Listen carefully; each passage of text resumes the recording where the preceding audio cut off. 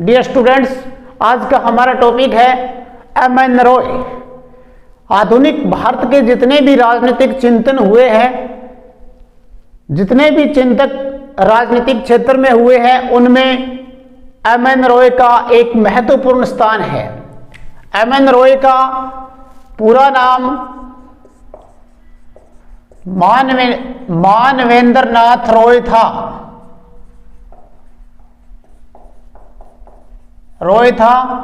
बचपन में इनका नाम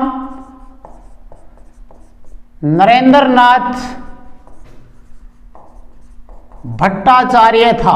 इनका जन्म 21 मार्च 1887 को पश्चिम बंगाल के 24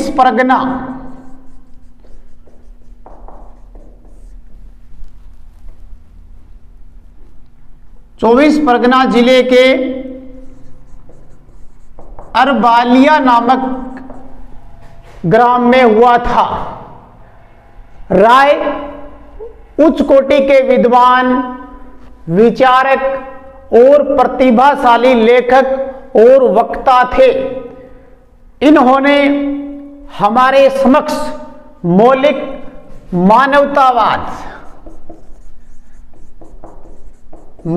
मानवतावाद का आदर्श प्रस्तुत किया। राजनीतिक विचारों के क्षेत्र में एक नवीन योगदान एम.एन. रॉय का माना जाता है तथा इसके मानवतावाद को नव मानवतावाद व वैज्ञानिक मानवतावाद की भी संज्ञा दी जाती है। उन्होंने भौतिकवाद की एक नई व्याख्या हमारे सामने रखी, नैतिकता को एक नया स्वरूप प्रदान किया। व्यक्ति को गरिमा बढ़ाने के लिए उसकी स्वतंत्रता और समानता का एम.एन. रॉय ने समर्थन इस लोकतंत्र में किया। एम.एन. रॉय की जो प्रमुख रचनाएं हैं वो इस प्रकार है: the way to durable peace, 1 year of non cooperation, the future of Indian politics, materialism, the new of orientation और रेडिकल ह्यूमनिज्म। राय के जो मानवतावादी विचार है वो रेडिकल ह्यूमनिज्म में प्रमुख रूप से मिलते हैं। यह उपरोक्त सभी रचनाएं एम.एन. रॉय द्वारा लिखी गई थी। जैसा कि एग्जाम के दौरान शॉर्ट क्वेश्चन में एम.एन. रॉय की प्रमुख रचनाओं के बारे में पूछा जा सकता है। यहां से हमारा क्वेश्चन बनेगा, एम.एन. रॉय के नव मानवतावाद पर अपने विचारों को लिखिए। तो सबसे पहले एम.एन. रॉय ने एक विचार लिखा कि मनुष्य का जो नैतिक, बौद्धिक और सामाजिक जीवन है में उसका जो उच्चतर स्तर है उसको बढ़ाने के लिए क्या होता है, मनुष्य की आवश्यकताएं जो है वो कभी सीमित नहीं रहती। समय अनुसार उसकी आवश्यकताएं क्या है, बदलती रहती है। उसकी नैतिकता, उसका बौद्धिक विकास होता रहता है। सामाजिक जीवन में उसके रहने का तरीका और बहुत सारे जो सामाजिक परिवेश के गुण हैं वो उसके अंदर क्या है, समय के अनुसार बदलते रहते हैं। तो राय ने जो मानवतावाद का जो विचार दिया वो राजनीति जो दर्शन है उसके इतिहास में एक बहुत बड़ी देन है उसकी। उसने कहा कि मानवतावाद मनुष्य पर निर्भर है तथा यह जो विचारधारा एम.एन. रॉय ने दी वो एक प्राचीन विचारधारा है और अनेक जो विचारक हैं उन्होंने इस विचारधारा का समर्थन भी किया है। मानवतावाद को बहुत सारे नाम दिए गए हैं: वैज्ञानिक मानवतावाद या वैज्ञानिक समाजवाद, नव मानवतावाद, समग्र नव मानवतावाद, उग्र मानवतावाद। अब हम इनके प्रमुख विचारों का वर्णन करेंगे। रोए का नव मानवतावाद, सबसे पहले प्रमुख बात यह थी कि यह व्यक्ति की स्वतंत्रता प्राप्ति का आंदोलन था। 1 नंबर टॉपिक, यह व्यक्ति की स्वतंत्रता प्राप्ति का आंदोलन था या साधन था।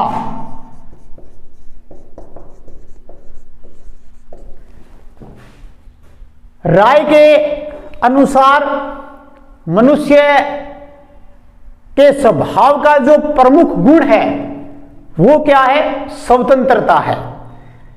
स्वतंत्र इंसान ही स्वतंत्र विचारधाराओं में आगे बढ़ सकता है। तो नव मानवतावाद व्यक्ति की स्वतंत्रता प्राप्ति का आंदोलन था, क्योंकि स्वतंत्रता स्वयं में क्या है?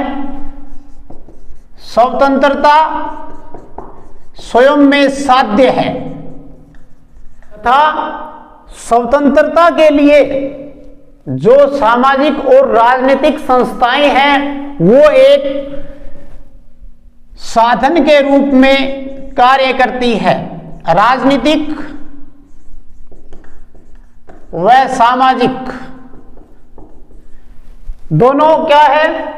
साधन के रूप में कार्य करती है। अमन रॉय के अनुसार स्वतंत्रता की इच्छा व्यक्ति के अस्तित्व पर निर्भर है या अस्तित्व का सार है, क्योंकि स्वतंत्र व्यक्ति ही एक क्या कर सकता है? क्योंकि स्वतंत्र व्यक्ति ही एक न्यायप्रिय समाज की स्थापना कर सकता है या एक न्यायप्रिय समाज को ही मुख्य आधार दे सकता है। बंधन में बंधा हुआ व्यक्ति कभी एक न्यायप्रिय समाज की कल्पना भी नहीं कर सकता। तो पहला पॉइंट इसका यह था कि यह व्यक्ति की स्वतंत्रता का आंदोलन था या साधन था। 2 नंबर पॉइंट है मानवीय विवेक में विश्वास।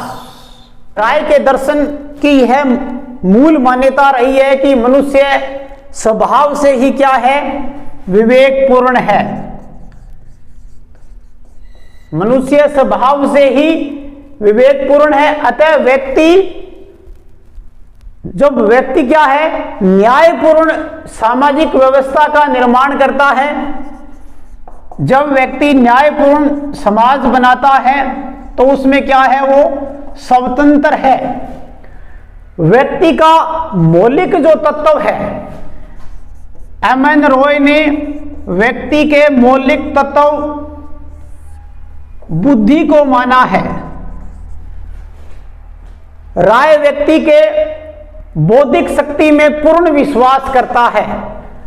राय ने कहा कि मनुष्य का जो मौलिक तत्व है बुद्धि, क्योंकि वह अपने समस्त कार्य बुद्धि का प्रयोग करते हुए विवेकपूर्ण ढंग से संपन्न करता है। तो राय के नव मानवतावाद में दूसरा टॉपिक था मानवीय विवेक में विश्वास। 3rd नंबर है नैतिक व्यक्तित्व की स्थापना। राय ने कहा कि यदि नैतिकता व्यक्ति का क्या है? राय ने कहा कि नैतिकता व्यक्ति का एक स्वाभाविक लक्षण है। स्वभाव में उसके नैतिकता झलकती है। नैतिकता से ही व्यक्ति में क्या आती है? विवेकशीलता पैदा होती है।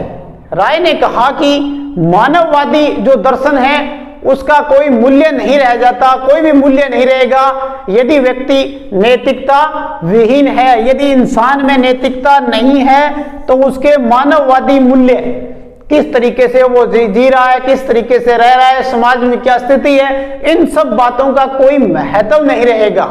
तो नव मानवतावाद का जो दर्शन था उसका आधारभूत सिद्धांत क्या माना? उसने आधारभूत सिद्धांत में यह बात कही कि नैतिकता का होना मनुष्य में अति आवश्यक है।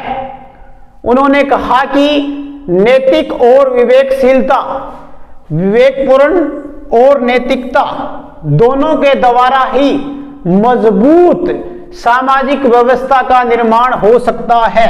सामाजिक जो व्यवस्था है, समाज की जो व्यवस्था है, उसको हम नैतिकता और विवेकपूर्ण ढंग दोनों को मिलाकर ही पूर्ण कर सकते हैं। 5 नंबर पॉइंट है विश्व बंधुत्व की भावना का विकास। राय ने संपूर्ण विश्व में एक भाईचारे की भावना का विकास करने का प्रयास किया। उन्होंने कहा कि विश्व बंधुत्व का जो आदर्श है उसके द्वारा ही राष्ट्र की जो संकीर्ण विचारधारा है, संकीर्ण छोटी जो विचारधारा है, छोटी सोच है, उससे हम क्या है ऊपर उठेंगे। उसके लिए हमें विश्व बंधुत्व, संपूर्ण विश्व में एक भाईचारे की भावना पैदा करनी होगी। राय ने राष्ट्रीयता के बंधन से परे सार्वभौम, मुख्य बात इसकी यही है कि इसने सार्वभौम समुदाय, सभी समुदाय का विकास और भाईचारे की भावना पर राय ने अपने नव मानवतावाद में प्रमुखता से जोर दिया। 5 नंबर है मानव स्वभाव की व्याख्या। मनुष्य एक सामाजिक प्राणी है। राय ने अपने नव मानवतावाद में मानव स्वभाव के बारे में माना। उन्होंने कहा कि मनुष्य क्या है, स्वार्थी नहीं है। मनुष्य स्वार्थी नहीं है, बल्कि मानव का स्वभाव है, बल्कि मानव का स्वभाव क्या है, विकासमान है। निरंतर स्वभाव विकासमान रहता है या प्रगतिशील रहता है, उसमें हमेशा विकास की प्रवृत्ति बनी रहती है समय के अनुसार। मानव स्वभाव में विवेक, स्वतंत्रता और नैतिकता तीनों प्रमुख तत्व विराजमान है। जैसे अब कहेंगे कि जैसे व्यक्ति होंगे वैसा ही समाज होगा। श्रेष्ठ स्वभाव होगा तो जो समाज होगा वह उसका आधार भी क्या होगा, श्रेष्ठ समाज का ही आधार होगा। 6 नंबर पॉइंट है व्यक्ति की सत्ता का महत्व। राय ने समाज की एक पूर्व शर्त, पहले हमने बताया कि श्रेष्ठ स्वभाव क्या बनाएगा, श्रेष्ठ समाज।